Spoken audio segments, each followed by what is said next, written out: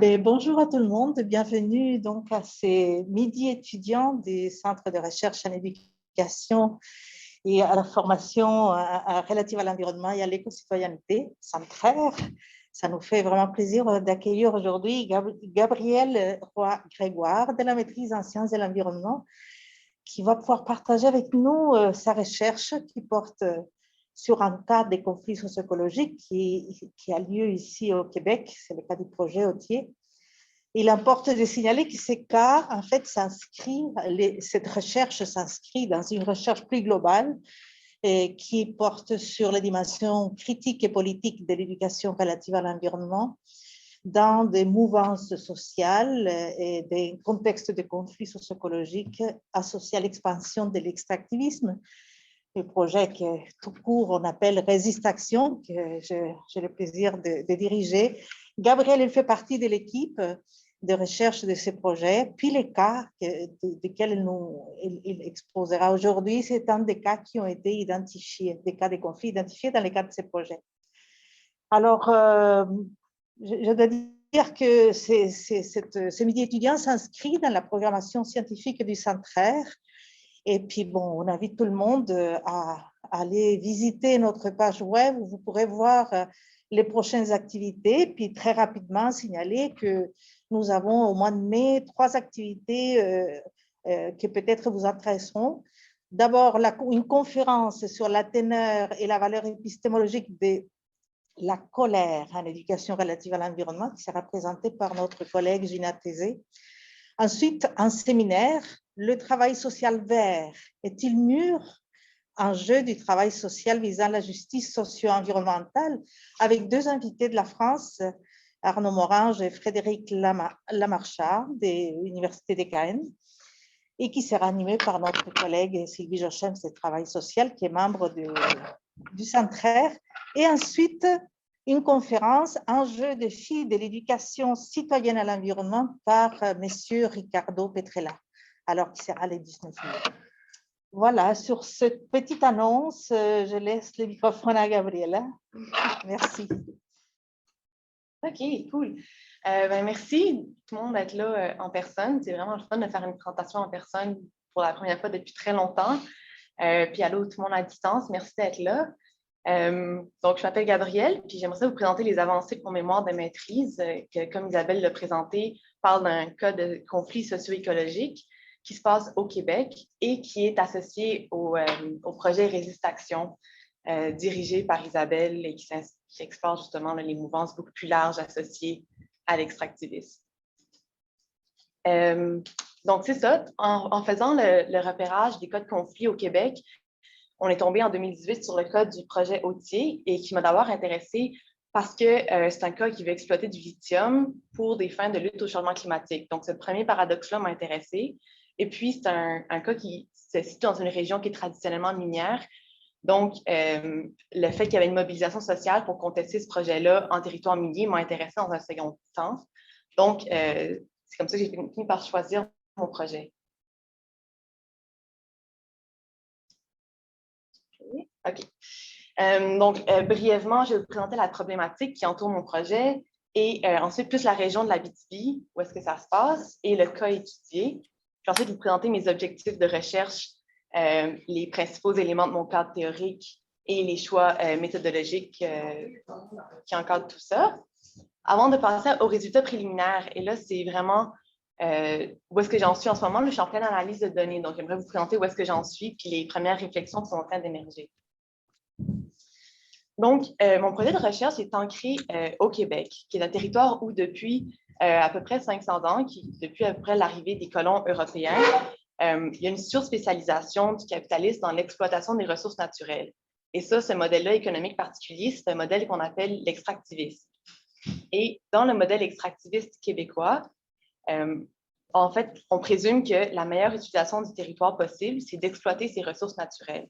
Et ça, c'est au cœur des valeurs et des principes du cadre juridique au Québec et par ailleurs au Canada. C'est aussi explicité dans la loi sur les mines au Québec par le principe du free mining. Le principe du free mining, c'est un héritage colonial européen qui permet librement d'acquérir des droits de propriété sur les ressources minérales.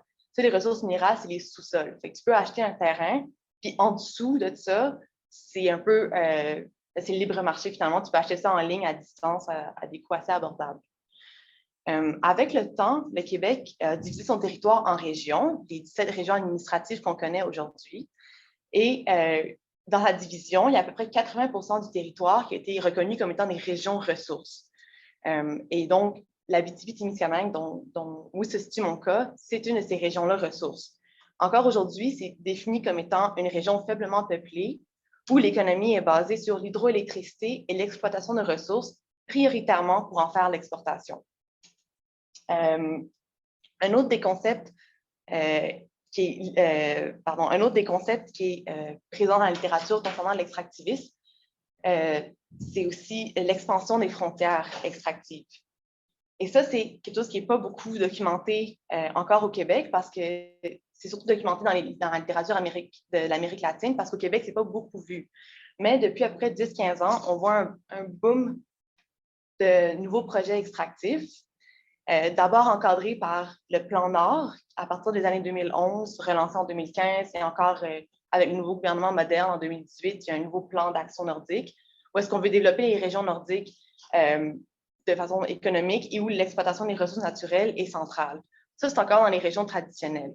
Mais ce boom-là extractif est aussi alimenté par la transition énergétique. Et ça, c'est l'idée qu'on veut lutter contre les changements climatiques. Et au Québec, on a ciblé le secteur des transports comme étant le principal émetteur de gaz à effet de serre. Donc, on s'est dit, on va substituer les hydrocarbures pour des batteries électriques. Et donc, on a un peu ouvert, finalement, on a encadré ça, premièrement, de façon institutionnelle, et on a ouvert finalement le territoire aux industries privées pour aller chercher les métaux qui vont être nécessaires pour ces batteries-là. Parce que pour faire ces batteries-là, on a identifié des métaux qui s'appellent critiques et stratégiques en 2020, dont le lithium et le graphite. Et le graphite, qui est beaucoup prisé pour faire les batteries, il se retrouve dans les régions comme l'Outaouais, les Laurentides et la Nodière. Et ça, pour ceux qui connaissent le Québec, ils savent que c'est des régions qui ne sont pas minières du tout, mais plutôt des régions de villégiature, de récréotourisme. Alors là, on remarque qu'il y a vraiment une expansion des frontières extractives au Québec qui est en train de se passer là, en ce moment. Parallèlement à ça, par contre, il y a cette montée-là des conflits sociaux, montée-là des projets extractifs, mais il y a aussi, en réponse, une montée des mouvements sociaux. Donc, d'abord, il y avait la mine de Malartic. Il y a la mine de Malartic, qui est la plus grande mine d'or à ciel ouvert, la mine à ciel ouvert d'or au Canada. Et ça, c'est situé aussi en Abitibi. Il y a eu des contestations sociales à ce niveau-là. C'est resté relativement localisé et le cas de Malartic est surtout reconnu comme étant un moment qui a frappé l'imaginaire parce que c'est la première fois qu'on voyait des mines aussi grandes. Il y en avait d'autres avant, mais jamais de cette ampleur-là. Et il y a des gammes d'impacts au niveau écologique, socio-psychologique qui impactent aujourd'hui encore profondément la région et comme kilomètres à la ronde de cette région-là. Donc aujourd'hui, quand on parle de proposer une mine à ciel ouvert, la référence de Malartic est utilisée comme « Ouh, ça veut dire ça, un projet de mine à ciel ouvert ». Ça a marqué un peu l'imaginaire à ce moment-là. Ensuite, des années 2010 à 2015 à peu près, il y a eu toute une saga de lutte contre le pétrole de schiste et le gaz de schiste. Et ça, c'est dans plusieurs régions. Il y avait le bas du Saint-Laurent, il y avait, où est-ce qu'il y avait du gaz de schiste, il y avait le pétrole de Énergie Est, il y avait des forages en Anticosti et en Gaspésie. Et donc, il y avait des luttes assez similaires qui ont favorisé vraiment l'échange des savoirs et des stratégies entre les militants. Puis ça a un peu commencé à organiser des mouvements. Les mouvements se sont concertés ensemble. Donc, il y a un peu eu un processus de maturation à ce moment-là des luttes. Et quand est arrivé un autre projet gazier en 2018, un projet de transport et d'exportation de gaz naturel, GNL Québec, il y avait vraiment cet héritage-là et la lutte a facilement, pas facilement, mais assez rapidement bénéficié de cette transmission-là de savoir. Il y a beaucoup de stratégies qui ont été données, il y a du matériel comme des pancartes qui ont été données, il y a des réseaux qui avaient été mis sur pied comme Coule pas chez nous, qu'on voit à l'écran. Il y avait aussi le réseau de vigilance hydrocarbures, le collectif scientifique sur la question des gaz. Tous ces réseaux-là sont encore en place et étaient comme prêts à répondre à l'appel et le sont encore. Donc, il y a vraiment les luttes sociales face à l'extractivisme ont aussi beaucoup pris de maturation là, dans les dernières années. Là, si on s'en va en Abitibi, l'Abitibi, comme j'ai dit, c'est une région minière. C'est aussi une région qui est très jeune. Elle est à peu près colonisée, ça fait un peu plus que 100 ans, colonisée par des personnes blanches, bien sûr. Avant, c'est un territoire qui était occupé par les Autochtones et l'est encore. C'est un territoire Anishinaabe et aujourd'hui, on compte 7 communautés qui habitent le territoire. C'est particulièrement une région de forêts et de lacs. Il y a énormément de plans d'eau, énormément de rivières et il y a un phénomène particulier qu'on appelle les escarres et les moraines. Ça, c'est des héritages des dernières glaciations et c'est des espèces de crêtes rocheuses, d'argile, de sable et de roche qui sont très perméables et qui permettent de filtrer l'eau naturellement et d'accumuler une eau qui a une qualité exceptionnelle, là, qui n'a pas besoin d'être traitée. Donc, c'est vraiment c'est caractéristique à l'Abitibi. Et l'Abitibi-Témiscamingue. C'est vraiment un symbole de la région. Ça permet d'approvisionner pas mal toutes les villes et les régions, les villes et les villages de l'Abitibi par ça. Comme vous voyez à l'écran, ça sillonne la région. Donc, c'est comme si chaque municipalité a pratiquement son escarre ou sa moraine. Et d'ailleurs, la compagnie d'eau ESCA, que vous avez sûrement vu embouteillée dans les épiceries, elle puise son eau dans les escarres de l'Abitibi et plus précisément dans l'escarre Saint-Mathieu-Berry, qui est l'escarre qui est au cœur du conflit là, que j'étudie. Le cas de conflit que j'étudie, il est par rapport à un projet de mine, le projet Autier, qui est proposé par la minière Sayona Mining, qui est une minière australienne. Ils veulent faire une mine à ciel ouvert de lithium. Et c'est ça, c'est situé à l'écran. Vous voyez dans le haut de la carte, en haut, là, c'est la ville d'Amos, qui est la plus grande ville à proximité.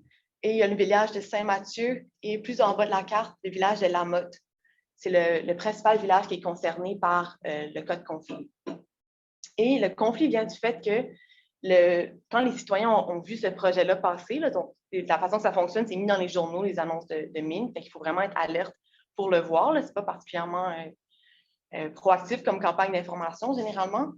Donc, quand on a vu ça passer, ils ont vu que c'était proche des escarres, de l'escarre Saint-Mathieu-Berry. Et là, c'est d'un peu de là que est parti le mouvement de la lutte.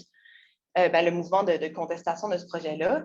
Et avec le projet Résiste Action, on a juxtaposé quelques cartes d'information, comme que vous voyez dans la carte de droite, de gauche, en tout cas, la carte et les polygones. Vous voyez l'escarre, vous voyez les polygones colorés roses. Ça, c'est les installations minières qui sont à proximité, donc, et le trou et l'endroit où est-ce qu'on va mettre les déchets stériles.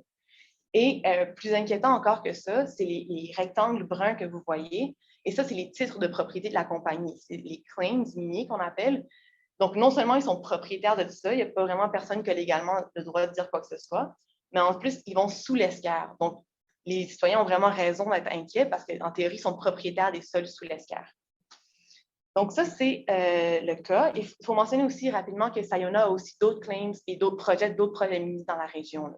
Je vais y revenir un peu plus tard.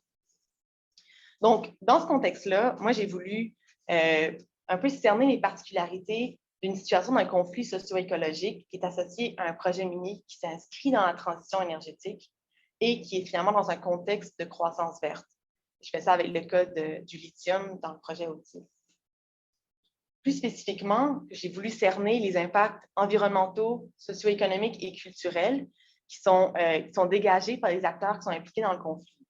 Ensuite, j'ai voulu, plus précisément par rapport au conflit, j'ai voulu cerner leur représentation, leurs inquiétudes et leurs revendications.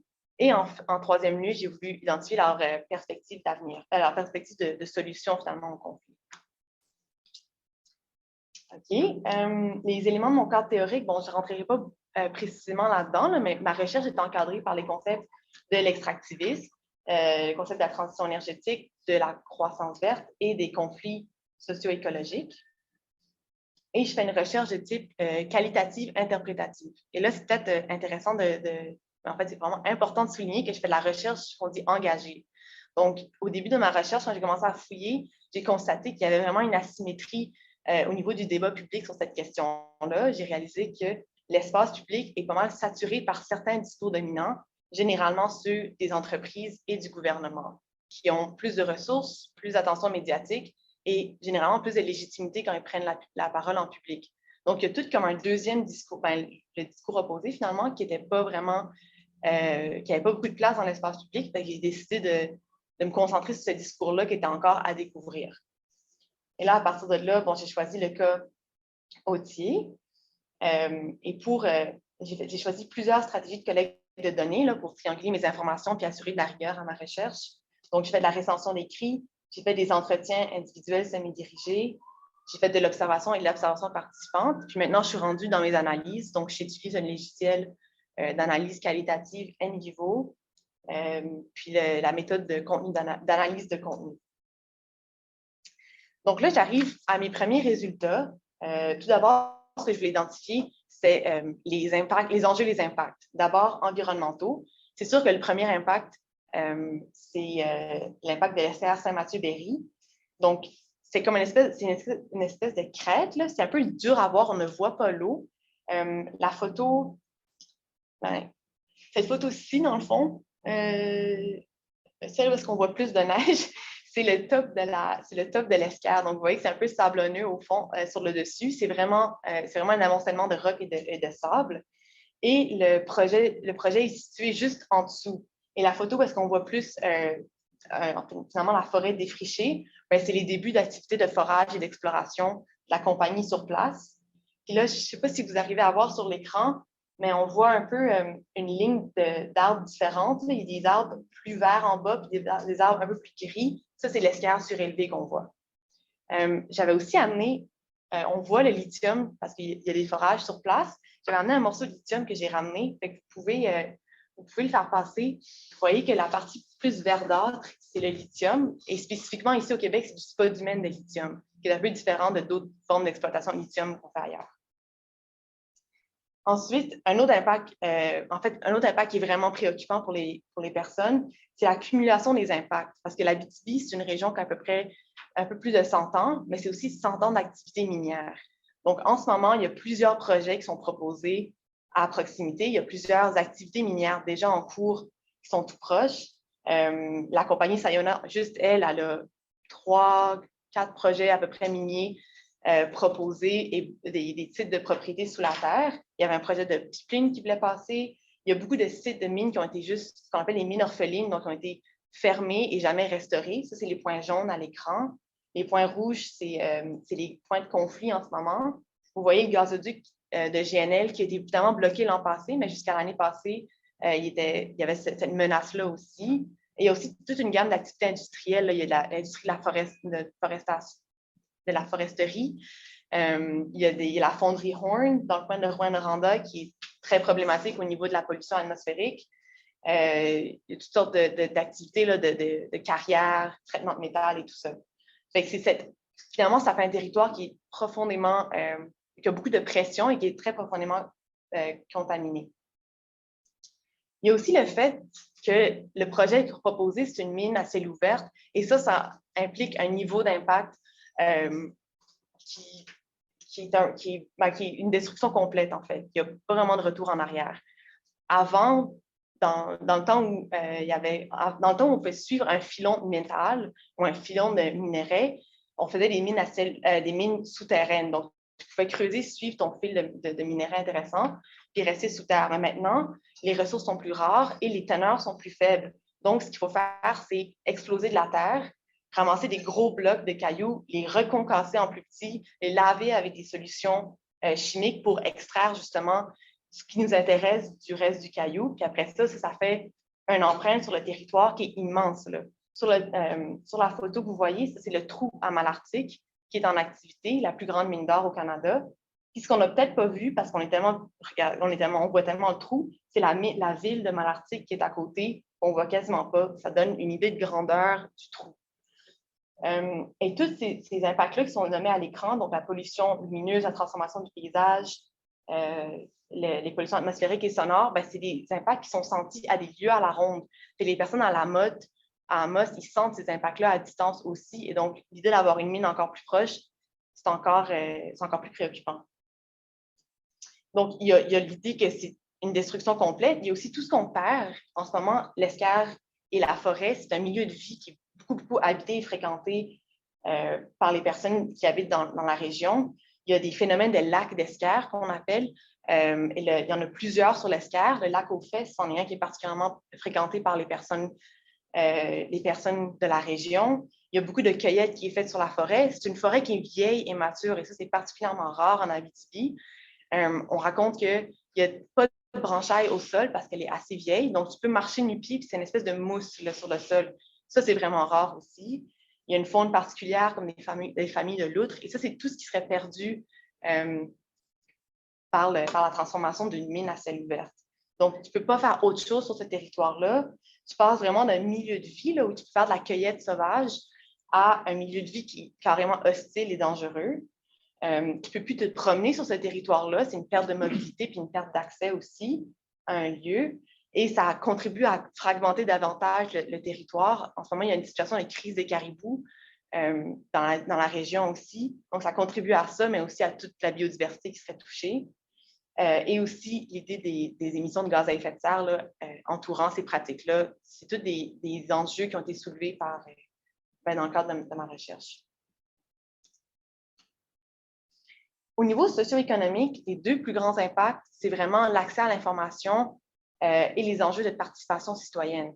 Donc, les études d'impact ont été jugées à maintes reprises comme étant insuffisantes. Par exemple, au début, les SCR ne faisaient même pas partie des études d'impact parce qu'on s'était préparé à des questions un peu plus classiques quand on fait des consultations avec des minières, c'est-à-dire la pollution atmosphérique. Mais étant une minière extérieure, elle ne savait pas vraiment ce qui se passait sur le territoire, puis elle ne connaissait pas l'importance des SCR. Donc, ça a été à refaire. Puis encore aujourd'hui, on juge les études d'impact comme étant insuffisantes. On les juge comme étant fragmentées aussi parce que c'est un projet, c'est un projet finalement qui va être globalisé. C'est pas vrai que ce lithium-là va rester à cet endroit-là. Donc, il y a tous les impacts de où est-ce que ça va être envoyé, c'est quoi les transformations, où est-ce que ça va être envoyé après ça, c'est quoi les autres transformations. Comme il y a beaucoup d'étapes à ce projet-là qu'on aimerait ça voir parce que finalement, ça se propose d'être une solution au changement climatique. Fait il y a comme du chemin à faire là-dessus. C'est aussi une documentation qui est peu accessible. Donc, vraiment, c'est tout en ligne. C'est des milliers de pages d'études d'impact qui sont rédigées par des ingénieurs, des biologistes, des chimistes, des géologues. Donc, c'est du jargon vraiment précis et c'est écrit juste en français, alors qu'on est en territoire anishinaabe, donc c'est même pas traduit ni en anglais ni en anishinaabe. Donc, ça devrait ou pour n'importe qui. Et ça demande un niveau d'éducation. Souvent, dans les petits milieux, le niveau d'éducation est relativement autour du secondaire. Là. Fait que finalement, c'est très peu accessible comme documentation. Et dans un deuxième temps, l'idée de la participation citoyenne, ben, les gens ne sont vraiment pas sollicités, ils sont à peine informés de ce projet-là. Donc, comme je l'ai mentionné tantôt, c'est une annonce qu'on met dans le journal. Il faut être vraiment alerte pour l'avoir vue. On annonce quelques consultations tenues par la minière, pas tenues entre citoyens, là, vraiment avec cette pression-là que les représentants de la mine sont là. Donc, les personnes ne sont pas... Puis quand on leur dit ça, ben, on leur présente un projet tout fait, là, tout ficelé. Fait que, non, on te l'a dit à peine, mais tu n'es vraiment pas sollicité dans la question. Fait que les personnes ont l'impression qu'ils n'ont pas leur mot à dire par rapport au projet outil, mais plus globalement par rapport à tous ces projets-là, finalement, qui suivent tout le temps ce cours-là là, de développement. Il faut savoir aussi que les villes, ben, une ville minière, c'est une ville particulière au niveau de l'aménagement urbain. Par exemple, à Val-d'Or, ben, il y a des quartiers complets qui sont juste pour les travailleurs. C'est un type, c'est des personnes qui sont là souvent de façon temporaire, là, que ce soit par des systèmes de navettage, souvent aériens, ce qu'on appelle le fly-in, fly-out. Ça, c'est le cas beaucoup à Val-d'Or. Donc, ça fait des quartiers entiers qui sont dédiés à ça. C'est sûr que ça a des impacts sur la ville en termes de type de milieu que tu construis. À Malartic, quand la ville est arrivée, ben, ils ont déménagé, ils ont mis des maisons sur des camions, puis ils ont envoyé à l'autre bout de la ville, littéralement. Et la photo que vous voyez à l'écran, c'était une image choc de la dernière maison qui a été déménagée, là, qui est tirée du documentaire True Story par Richard Desjardins. Il y a toute une gamme aussi d'impacts anticipés de santé et socio-psychologiques qui seraient cumulés. Donc, tout ça, le stress, augmentation du stress mental, de la santé mentale, la détresse psychologique, l'anxiété, la santé respiratoire, les accidents et la détérioration de la santé physique, aussi les écarts de revenus, parce que souvent, c'est des emplois relativement masculins. Et donc, ça fait comme un peu un écart de revenus entre les hommes et les femmes. Et il y a des taux de violence qui sont généralement qui montent quand on a des gros salaires et des grosses jobs stressantes. Tout ça, c'est des impacts qui sont déjà ressentis parce que l'employeur principal, c'est l'industrie extractive. Donc là, on parle de cumuler ça encore une fois et de l'aggraver avec un autre projet. Finalement, les impacts, on pense qu'ils vont être relativement minimes, là. Donc, les personnes à qui j'ai parlé, ils comparaient à une autre mine de lithium qui est à peu près à 1 heure plus loin de où est-ce que celle-ci est proposée. Et dans cette ville-là, quand le projet est arrivé, il n'y a pas eu d'augmentation des services sociaux, il n'y a pas eu d'augmentation des revenus, il n'y a pas eu de taux de baisse des taxes, finalement. Et ça, c'est des impacts auxquels on pourrait, des revenus, des bénéfices auxquels on pourrait s'attendre, disant oui à un projet comme ça. Donc, on anticipe des retombées assez mineures. La possibilité de faire appel à des travailleurs extérieurs, elle est très vraie parce qu'elle est très possible parce qu'il y a un contexte de pénurie de main-d'œuvre. Il y a aussi un contexte d'exode des jeunes parce que les perspectives d'avenir dans la région sont vraiment restreintes. On parle de dans les classes de secondaire 5, les représentants de l'industrie minière, ils vont faire du recrutement de cet âge-là, proposent de faire un module minier et de t'embaucher rapidement après ça. Donc, comme jeune de 16-17 ans, tu embarques là-dedans, puis là, tu embarques dans un mode de vie qui est assez opulent parce que c'est des gros salaires et le coût de la vie de façon relationnelle est très élevé. Donc, si, mettons, tu as envie de te remettre en question, de changer, ben, tu n'as pas nécessairement une éducation qui te permet de faire un volte-face à un moment donné, puis tu es comme un peu enchaîné à un mode de vie avec un salaire correspondant. Donc, il y a tout un cycle de dépendance à cette industrie-là qui est difficile à briser. Puis finalement, on remarque aussi une diminution des produits de la chasse, de la trappe et de la pêche là, avec l'arrivée de projets comme ça. Au niveau culturel, je n'ai pas vraiment identifié d'impact proprement culturel encore, mais il y a une fierté régionale qui est menacée et qui se retrouve au cœur de ce conflit-là, puis c'est l'Esquerre, donc qui prend vraiment un symbole identitaire, un symbole régional, d'où tout le monde s'identifie un peu, pas tout le monde, mais les régions s'identifient à leurs esquerres. Donc, il y a vraiment cette symbolique-là qui demeure au cœur du conflit. Maintenant, pour rentrer plus dans le conflit comme tel, tout d'abord, en faisant les entrevues, j'ai un peu plus compris comment se le représente le conflit. Le conflit, il est surtout entre les citoyens et le gouvernement et la compagnie. Je dis le gouvernement et la compagnie parce que, comme je l'ai mentionné au début, l'exploration de lithium est très encadrée là, de façon institutionnelle.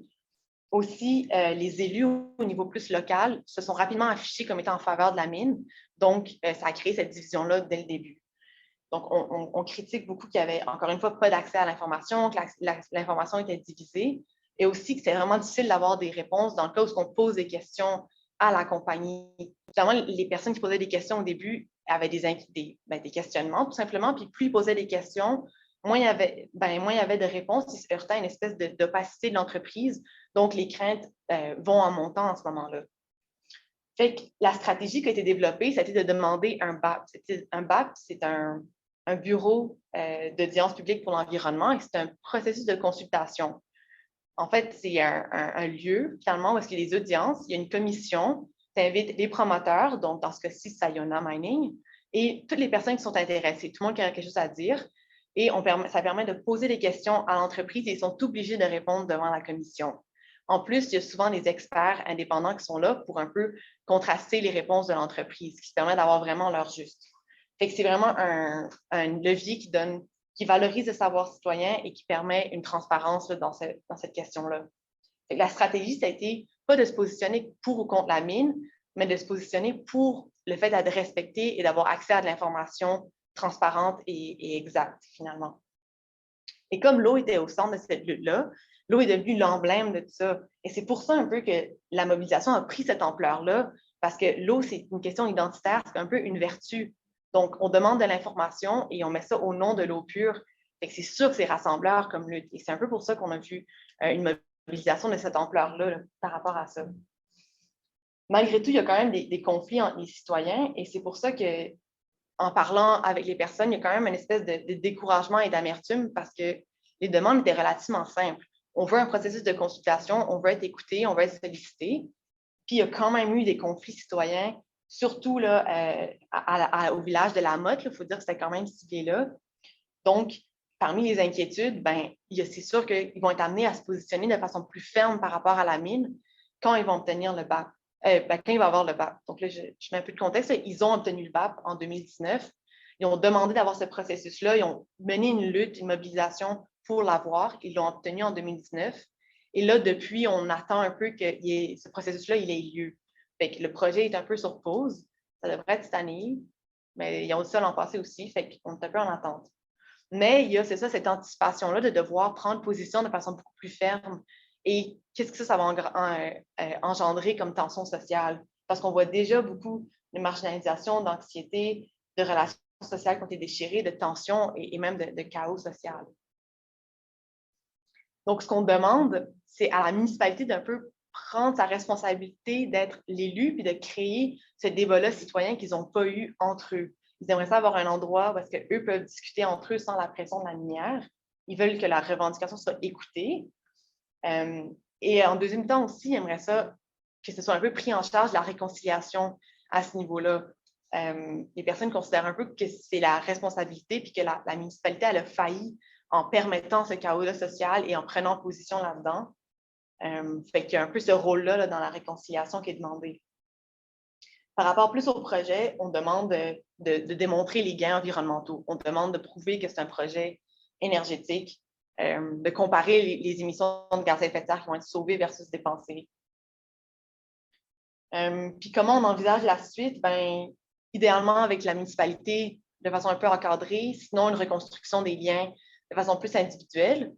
Mais au-delà de ça, il y a aussi un élément rassembleur qui est identifié comme dans la nature et le territoire parce que finalement, c'est ça qui rassemble cet amour-là au territoire, puis à l'esquerre et à l'eau. Ça arrive souvent que les gens, ils fréquentent leur territoire, ils sont sur l'esquerre, puis ils se croisent des gens de part et d'autre du conflit. Puis quand ils se croisent, sur l'esquerre, ils ne parlent pas de conflit, ils se posent des questions, ils prennent des nouvelles. Et là, il y a comme un moment de trêve un peu. Peut-être que ça peut être un élément là, de reconnexion. Via la reconnexion au territoire, peut-être que ça peut être un élément de réconciliation. Il y a aussi d'autres pistes alternatives qui ont émergé plus largement, plus globales que par rapport au conflit. Là, je ne veux pas tout à fait rentrer là-dedans tout de suite parce que je ne vois pas le temps, mais j'imagine que ça fait un bout que je parle. Puis j'aimerais ça passer aux dernières réflexions puis peut-être engager la discussion. Mais ce qu'il faut comprendre de cette diapo-là, en fait, c'est que cette mobilisation-là, ce n'est pas une gang de chialeurs qui disent pas dans ma cour. C'est vraiment un mouvement qui est porteur de solutions. C'est des personnes qui sont connectées à leurs enjeux et à leur territoire, qui ont réfléchi au genre de projet qu'ils voudraient voir, à comment on pourrait articuler ça sur leur territoire. Et donc, c'est très constructif comme mobilisation. Fait que, comme un premier élément de réponse que j'avance, ce que je voulais savoir, en fait, avec mon projet, c'est quoi les particularités de cette lutte-là? Et finalement, c'est vraiment l'accès à l'information. C'est la participation citoyenne, c'est le fait d'être sollicité comme Abitibien aujourd'hui dans les projets d'avenir sur le territoire. Le deuxième élément qui est particulier à la lutte, c'est l'eau pure comme vraiment un symbole de lutte, symbole d'espoir. Et ça, c'est très cohérent parce que dans pas mal toutes les luttes extractives, pas mal toutes les luttes citoyennes face à l'industrie extractiviste, l'eau apparaît là, vraiment comme un élément central, un élément associé à la vie, à la vitalité. Fait que c'est quand même cohérent et intéressant de remarquer ce lien-là. Puis que c'est un moment de remise en question que les citoyens sont en train de créer finalement. Et ça, en tout cas, là je rentre dans mes premières réflexions, là, puis on pourra en jaser, mais comme j'ai dit tantôt, la région abitibienne, c'est une région jeune. Ils sont juste à la 3e, 4e génération d'Abitibiens. Puis je me demande si les premiers qui sont arrivés là, ils étaient un peu là par défaut. Ils ont été comme envoyés là dans le contexte de chômage. Et maintenant, les personnes qui ont grandi là, qui ont de l'histoire, qui ont de la famille, un peu partout à travers le territoire, est-ce que cet enracinement-là progressif, finalement, amène ce moment-là de remise en question, fait qu'il y a un amour, qu'il y a un attachement qui s'est développé, puis que tu n'es pas là par défaut, mais parce que tu aimes ta région. Et ça, c'est vraiment quelque chose qui revenait beaucoup dans mes entrevues, à quel point l'Abitibi, c'est un paradis, comment la vie est belle là-bas, comment on aime son territoire. Fait que, en tout cas, peut-être, vous me direz ce que vous en pensez. Un deuxième truc que je remarque, c'est que les luttes environnementales ont vraiment une forme différente en région, et spécifiquement ici en Abitibi, dans cette région-là, autour de la Motte, Val-d'Or, à Amos, et dans des régions métropolitaines comme celle de Montréal. j'ai mentionné qu'un de mes intérêts, en fait, une des choses qui m'a intéressée au début, quand j'ai choisi le projet, c'est le paradoxe là, entre aller chercher du lithium et prétendre qu'on lutte au changement climatique avec ce métal-là, puis cette extraction-là.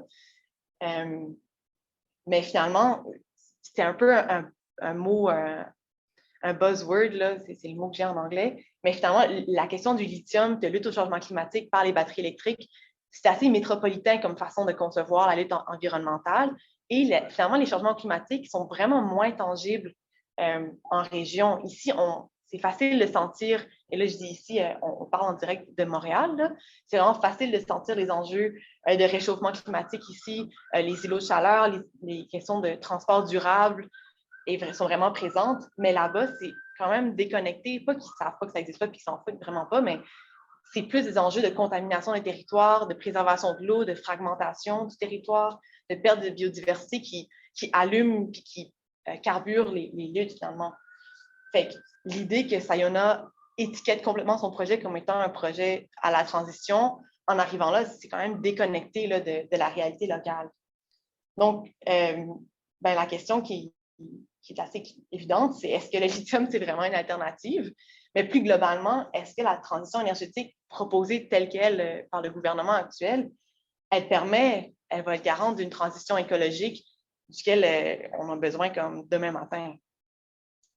Fait que ça fait pas mal le tour pour moi. J'en suis rendue là. C'est ça, si vous avez des questions, je serais vraiment ouverte.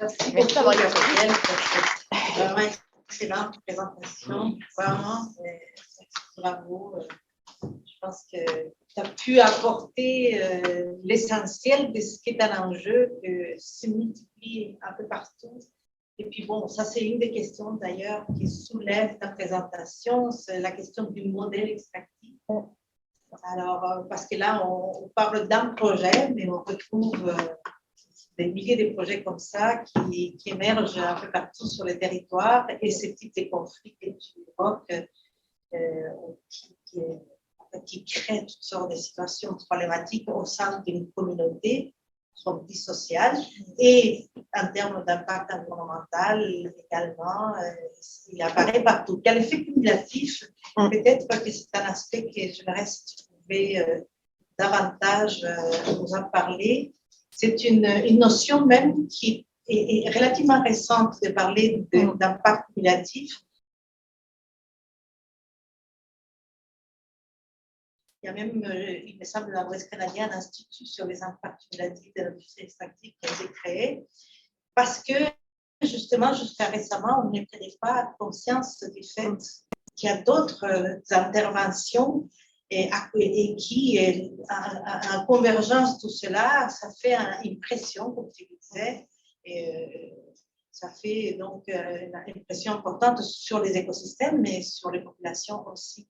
Alors, et justement, ça, vis-à-vis la question des audiences qui sont par des projets qui souvent ils sont présentés comme parcellés. Donc, c'est des audiences sur des parties de projet, en fin de compte. Donc, la vision intégrale, la population n'a pas. Ça, c'est une chose. Et l'autre, c'est la question de la mise en question de ce modèle. Est-ce qu'on perçoit une amorce de la part de la population de possibilités de contester ou de se questionner, ou bien on le ressent comme une fatalité incontournable à laquelle il faut s'adapter. Mais voilà, mais excusez-moi. Peut-être qu'il y a d'autres questions, mais tu pourrais prendre comme note. Est-ce qu'il y aurait d'autres questions ici ou à distance? À distance, c'est lui qui le prendrait, non? Vous aurez une question, Elanie? Vous aurez une question?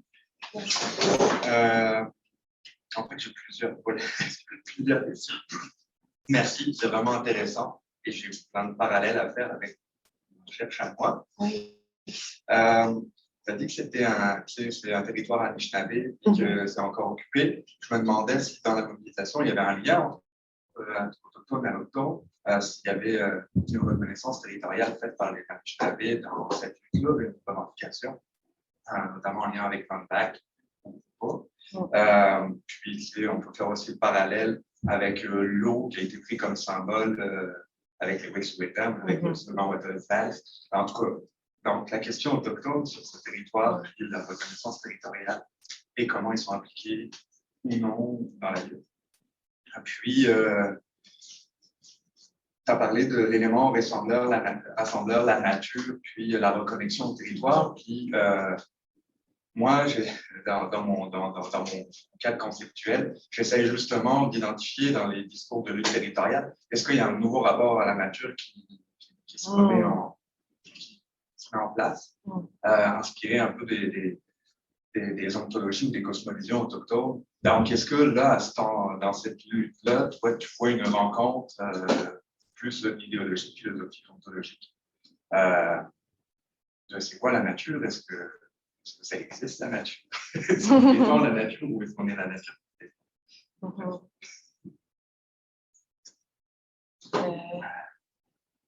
Est-ce qu'on prend toutes les questions? Il y a une main levée en ligne. Est-ce que je réponds avant? Comme tu veux. OK, ben, la question est vraiment excellente. C'est un peu difficile, l'idée d'aller solliciter les personnes autochtones et surtout les conseils de bande autochtones, c'est assez épineux parce que il y a beaucoup de pression de l'industrie aussi pour avoir un peu leur aval, leur approbation de faire leur projet. Donc, il y a souvent des promesses qui sont faites et des rencontres vraiment fermées avec eux. Et c'est un peu comme, c'était mieux de dire oui pour avoir d'accepter ce projet-là et de travailler avec la compagnie pour avoir accès potentiellement au job et aux retombées économiques parce que les chansons que le projet aille de l'avant et s'il va de l'avant et que tu n'as pas signé d'entente, tu te ramasses comme avec le petit bout du bâton puis tu as beaucoup plus d'impact que de retombées positives, de bénéfices de ce projet-là. Fait que c'est un peu le pari à faire en amont dans les processus de consultation. De mon côté, j'ai lancé quelques perches à la communauté la plus proche, c'est celle de Picogan, la grande nation de Abitibi-Winnie. Et je n'ai pas réussi à avoir de réponse, mais je n'ai pas de lien personnel. Là. J'ai envoyé ça de façon relativement formelle. Puis, bon, ça a été c'est un résultat de recherche, comme on peut dire aussi. C'était vraiment difficile de percer, puis je n'ai pas eu de réponse. Par contre, ce qui est vraiment intéressant, ce qui est en train d'arriver en ce moment, c'est que la même compagnie, Sayona, a aussi des claims miniers, des titres de propriété, au Témiscamingue, près de la Première Nation de Long Point, donc Winway. Et eux, ils sont beaucoup plus impliqués dans la lutte. Et la Première Nation, le Conseil de bande a pris position récemment pour demander plus d'études d'impact, pour faire des levées de fonds, puis avoir une étude d'impact qui serait indépendante de ce que le projet va fournir éventuellement. Fait que c'est pas vraiment... Puis là, moi, je me pose un peu la question, étant en fin de parcours, en fait, j'ai un peu déjà répondu, mais c'est sûr, je me suis demandé, est-ce que je vais aller creuser là-dedans, voir qu'est-ce qui émerge à ce niveau-là? Mais je pense que de façon réaliste, pour mon mémoire, pour essayer de terminer, je ne vais pas aller là, mais il y a ça qui se passe en ce moment, puis c'est vraiment intéressant. L'idée, j'ai quand même réussi à parler à certaines personnes autochtones qui étaient un peu délocalisées, mais ils ne parlent pas au nom de leur conseil ou ils ne parlent pas au nom d'un groupe, d'une espèce de conseil quelconque. Mais oui, l'idée de l'eau, les femmes sont des water carriers par définition parce qu'elles portent les enfants, mais aussi parce qu'elles protègent le territoire à ce niveau-là. Fait que c'était vraiment senti dans les entrevues à ce niveau-là aussi. Je pense qu'au rapport du territoire, je pense pas qu'on peut... En tout cas, dans le cas de l'Abitibi, je me suis beaucoup intéressée aussi à la représentation du territoire. Puis j'avoue que j'ai posé beaucoup de questions là-dessus, puis j'ai un autre tapon de données par rapport à la représentation du territoire, aux inquiétudes, aux revendications, et tout ça. Puis là, je n'ai pas rentré ça dans la présentation parce que j'avoue que des fois, je suis un peu il y a beaucoup d'affaires, là, puis je ne sais pas trop par quel bout le prendre. Mais je me pose la question, mais spécifiquement à savoir si c'est un nouveau rapport qui est en train d'émerger inspiré des ontologies autochtones, je ne penserais pas. Je pense que ce serait ambitieux puis que ça serait un peu, je ne vais pas dire exotiser ou genre embellir leur rapport parce que le rapport est certainement différent là-bas. Il y a beaucoup de personnes qui ont des liens de proximité avec des personnes autochtones, il y en a qui n'en ont pas du tout. Fait qu'étant une personne extérieure, je pense que je suis mal placée pour observer ça puis en faire des conclusions. Je pense que ce serait un petit peu extrapoler l'ampleur de ma recherche. Puis quand j'ai posé la question, là, je l'ai en jasant avec certains participants avec qui j'étais à l'aise, on m'a dit, ben non, pas vraiment. Il y a un rapport peut-être nouveau qui est en train de se développer, puis ça m'intéresse, puis je vais creuser ça. Mais je pense vraiment pas qu'on peut associer ça à s'inspirer des ontologies autochtones à proprement dit. Mais ouais. Oui. Je ne sais pas s'il y a une main levée. Ah, Gab. J'avais une question, mais c'est peut-être une bonne chose de prendre une Elle question. avait un téléphone un certain temps.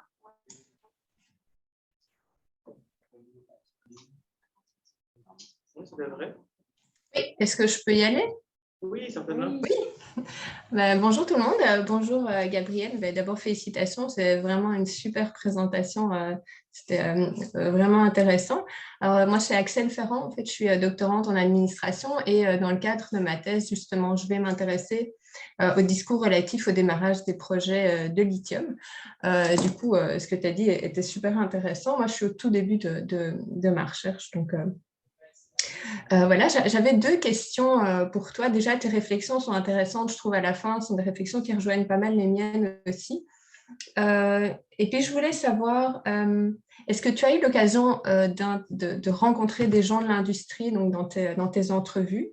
Je te demande ça, entre autres, parce que la semaine passée, j'ai assisté à une présentation de Sayona sur ces différents projets qu'elle est en train de développer au niveau du lithium. Et elle mettait pas mal en avant, comme tu le dis, la transition énergétique, mais aussi le fait qu'elle rencontre souvent les communautés. Donc, je me demandais si toi, tu avais eu l'occasion de leur parler et qu'est-ce que toi, tu as entendu de leur part, si tu as eu l'occasion d'en parler, parce que c'est assez différent de ce que peut-être les communautés t'ont dit. Et puis ma deuxième question, c'était au niveau des revendications, tu disais que les populations souhaitaient que l'entreprise puisse prouver que c'est un projet énergétique qui va permettre de sauver plus au niveau des émissions, d'avoir plus d'émissions sauvées que d'émissions engagées ou créées. Est-ce qu'ils disaient ça au niveau local ou est-ce qu'ils avaient une perspective à la fois locale et globale? C'était une question que je me posais aussi. Voilà, je te remercie. Merci à toi. Pour la première question, non, j'ai rencontré absolument personne de l'industrie. Mais ce que tu dis, ça résonne avec des communiqués que je lis. Je lis leurs communiqués en ligne, puis leurs communiqués par email. Puis oui, on parle beaucoup de... Puis ils répondent souvent aux communiqués de presse des citoyens, puis ils disent ben non, on est ouvert, on veut consulter, on veut co-construire avec vous. Mais c'est ça, comme j'avais un peu expliqué en parlant de ma posture de recherche, j'ai considéré que pas mal tout ce qui allait être dit, je pouvais y avoir accès en ligne, puis que je préférais mettre mes efforts sur un discours qui était peut-être moins entendu.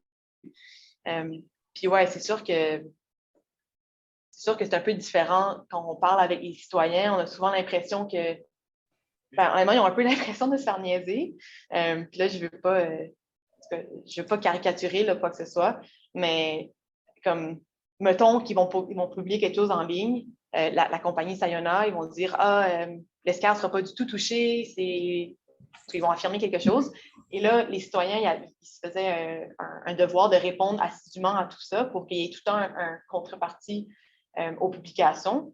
Puis ils vont aller poser des questions, approfondir, souvent proposer la documentation qui permet de questionner ce qui est dit par la minière ou de l'affirmer.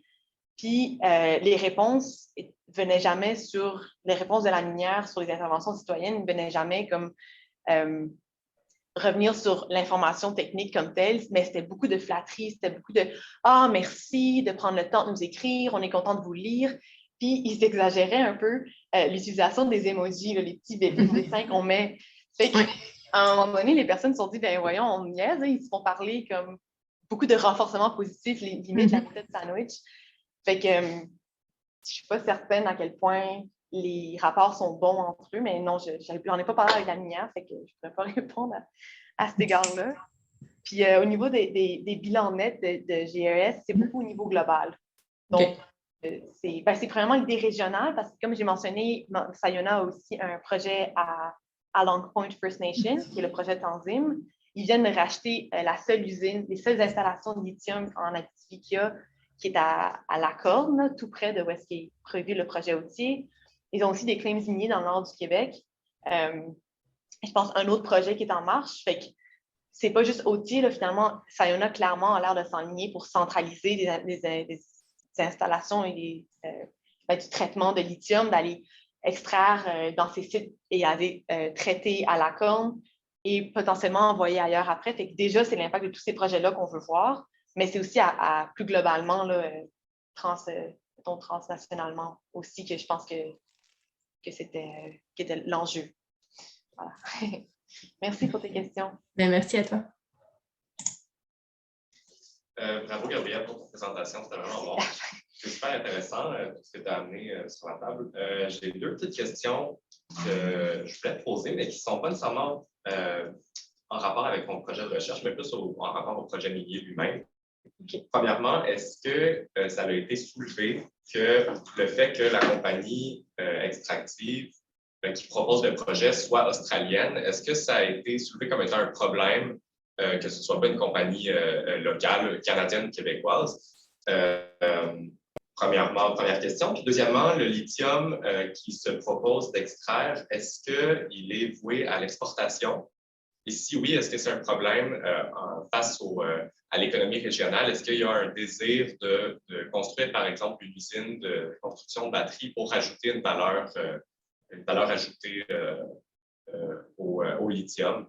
Fait que moi, c'est juste des petites questions en lien au projet. Puis je veux savoir aussi comment est-ce que ça peut affecter la perception des résidents du projet lui-même, si c'est du lithium qui vient d'une entreprise extérieure et si c'est du lithium qu'on veut exporter. Comment est-ce que ça joue dans la perception des personnes? Oui, c'est vraiment des excellentes questions aussi. Surtout, vraiment, l'idée de la minière australienne, oui, c'est un problème. Premièrement, le fait que les escarres ne faisaient pas partie des premières études d'impact qui se sont dit, on sait bien, ils viennent de l'autre bout du monde, ils ne peuvent pas savoir. Mais ça, c'est rapidement une stratégie qui a été mise en place par Sayona, d'avoir un bureau local, d'avoir une sous-compagnie qui est associée et c'est les mêmes investisseurs, c'est les mêmes cadres de direction, mais il y a Sayona Québec qui existe et qui a des bureaux à la Motte.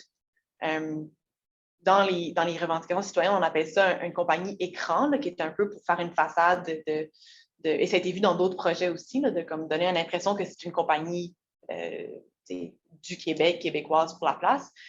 Il n'y avait pas l'air d'avoir beaucoup d'activités. À l'époque, quand j'ai fait mes entrevues, là, ça remonte déjà à 2 ans, c'était en hiver, puis ils disaient que c'était jamais pelleté, qu'il n'y avait pas vraiment de va-et-vient qui était là. Mais c'est sûr qu'ils embauchent là, au niveau, je pense que le directeur actuel de Sayona Québec, c'est un Québécois. Puis on essaie d'embaucher localement, donc c'est sûr que c'est clairement problématique. Puis la compagnie le sait, essaie de remédier à ça. Puis c'est juste, en tout cas, mais c'est pas si clé que ça. Par contre, l'idée d'avoir une filière québécoise de lithium, ça commence à devenir un peu plus intéressant. Et c'est ce qui est mis de l'avant par le gouvernement. C'est ça le cadre de batterie électrique, c'est d'avoir toute une filière québécoise de développement, de transformation, de faire une batterie québécoise ici. Au moment où je faisais mes entrevues, c'était beaucoup pour être exporté en Chine. C'est surtout ça, parce qu'on n'avait pas d'installation ici pour le faire. Puis là, aujourd'hui, on n'a pas plus... c'est ça. En fait, Sayona a racheté les installations à la corne qui pourraient faire un certain niveau de transformation. Puis là, je ne veux pas parler à travers mon chapeau. Là, je ne sais pas exactement c'est quoi les installations qu'ils ont à la corne, puis dans quelle mesure ils pourraient transformer le produit. Mais c'est sûr que pour beaucoup des personnes à qui j'ai parlé, si on proposait toute une filière qui est concertée puis qui est vraiment plus responsable, ça leur aurait beaucoup plus d'intérêt, ce projet-là, que si c'était juste pour aller encore chercher du minerai puis l'envoyer ailleurs et ne jamais voir les retombées chez eux. Donc oui, ça change beaucoup le rapport au niveau du développement régional puis de l'économie locale, à savoir qu'est-ce qui va être fait puis où est-ce que ça va être mis. Par contre, en ce moment, il n'y a pas vraiment d'entreprises qui proposent de faire de la transformation plus que ça. Il y a beaucoup, on parle plus de recyclage de batteries électriques ces temps-ci, mais on n'est pas encore rendu à l'étape de l'affaire, là, ce qui paraît. Fait que ça en est là, mais à l'époque, quand j'ai fait mes entrevues, les personnes étaient assez inquiètes. Ils disaient parce que ça fait longtemps que Sayona parle d'acheter la mine à la corne, si Sayona achète à la corne, on s'inquiétera. Mais pour le moment, ils n'ont pas de fonds. Le discours variait entre ce qui était dit aux investisseurs et ce qui était dit aux citoyens, parce qu'on peut voir ça sur les forums d'investisseurs.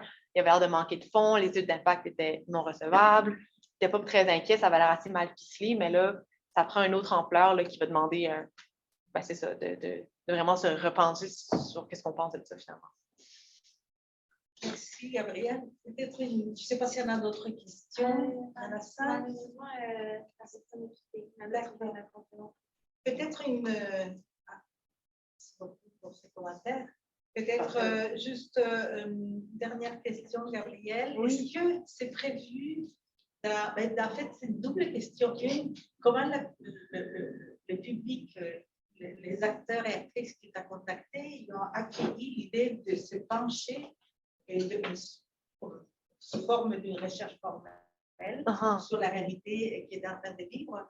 Et la deuxième, est-ce qu'il y a un retour de ta recherche qui t'envisage avec la communauté, c'est-à-dire revenir avec les résultats ou partager des réflexions, discuter ces résultats avec la communauté? Oui, merci. Oui, la recherche, elle a été vraiment bien prise, je pense.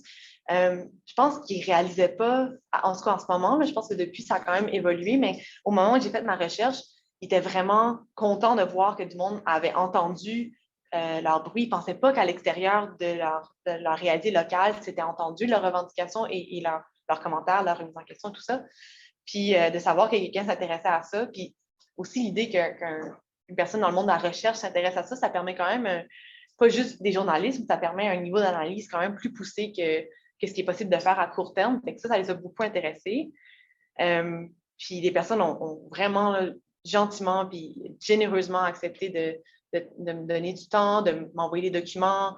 En terminant les entrevues, ils me disaient que je pouvais les recontacter. Et il y en a plusieurs qui m'ont dit, moi, j'ai fait mes entrevues en 2020, puis la mobilisation a pris fin en 2019 parce qu'ils ont obtenu le BAP en 2019. Donc, il y a eu comme un temps mort où est-ce que, en fait, c'est ça, il y a eu comme un relâchement un peu. Puis quand je suis revenue un an plus tard pour leur poser des questions, puis m'asseoir avec eux, il y a eu comme une espèce d'effet, pas psychologique, là, mais comme juste le fait de se confier puis de pouvoir livrer leur récit de lutte. Il y en a beaucoup qui m'ont dit que ça leur a fait du bien. Puis moi, j'étais contente de savoir ça parce que pour moi, c'est juste des personnes super généreuses qui m'ont donné du temps. Et oui, je me sentais, c'est ça, j'avais un petit peu le syndrome d'imposteur, comme beaucoup de monde en recherche ont. Puis je voulais trouver une façon de pouvoir redonner à la communauté ou espérer. Fait que là, pour le moment, il n'y a pas encore eu beaucoup de retours parce que je n'ai pas encore grand-chose à redonner, mais je m'étais engagée à aller présenter mes résultats de recherche au BAP s'il va avoir lieu. Mais là, je pense que c'est quand. Quand il va avoir lieu, je m'engage à y être, puis à présenter mes résultats de recherche, bien sûr, leur donner mes résultats, mais idéalement retourner parce que j'ai vu beaucoup mes participants en bimodal. Il y en a quelques-uns que j'ai eu la chance de voir en personne, mais il y en a beaucoup que j'ai seulement parlé via téléphone ou Zoom aussi. Fait que ce serait vraiment le fun de faire un retour. Là. Je l'envisage, à voir comment. Mais oui, c'est sûr, je pense que c'est ça qui fait que la recherche est mieux accueillie dans les milieux, c'est que ça leur sert après pour que ça puisse contribuer à leur lutte aussi. Oui, c'est d'ailleurs une des intentions de ces recherches engagées, c'est pouvoir contribuer à briser cette asymétrie existante entre les acteurs affectés, les actrices affectées, puis les entreprises et les autorités. Alors, en ce sens, c'est apprécié. Et puis, en fait, c'est un constat aussi dans les autres recherches qui mènent sur les autres cas, autant ici qu'au Chili, qu'on sent que la communauté, ils sentent ses besoins de parler, de partager. Ça brise l'isolement et c'est comme un peu rassurant de sentir qu'ils ne sont pas seuls, qu'ailleurs on vit des situations semblables et qu'on se préoccupe d'eux, qu'on est intéressé à connaître davantage. Je pense que c'est comme un robinet d'eau que nous, parfois, on a cette sensation-là que vraiment les gens ils ont le goût de partager et puis ça les touche en fait à cet intérêt. Puis il y a cette contribution à clarifier que tu évoques, qui est importante, il y a toute une dimension cognitive, qui permet de clarifier des idées, de les articuler, puis de réfléchir sur les enjeux au-delà des faits, en fait, au-delà des faits qui sont en train de se produire. Et je crois que la question que tu poses est bien pertinente parce que peut-être pas inspirée d'ontologie autochtone, mais comme tu l'évoquais, l'eau est devenue un élément rassembleur, symbolique, et qui amène c'est comme une résignification territoriale à partir de cet élément qui les apporte. Et il y a une signification particulière pour eux. Donc, il y a un nouveau regard qui se pose sur le territoire et qui probablement incite ou invite à réfléchir sur le mode de vie qu'on veut mener dans notre territoire, chez nous, notre maison, notre communauté. Donc, en ce sens, il y a une mouvance, il y a quelque chose de nouveau qui est en train d'émerger de ces situations de risque, de menaces, d'impact. Vraiment. Oui, comme tu disais tantôt, je pense vraiment pas que c'est une fatalité dans ce cas-ci. Je pense vraiment que c'est un moment là, d'émancipation potentielle. Peut-être qu'émancipation, c'est trop un gros mot, mais il y a vraiment un moment de remise en question des personnes qui fréquentaient le territoire, puis finalement, en voyant qu'ils étaient potentiellement menacés, puis en voulant de se dire, de se rassembler, de réfléchir à ce que ça voudrait dire de perdre ce territoire-là, puis ce qu'il leur apporte.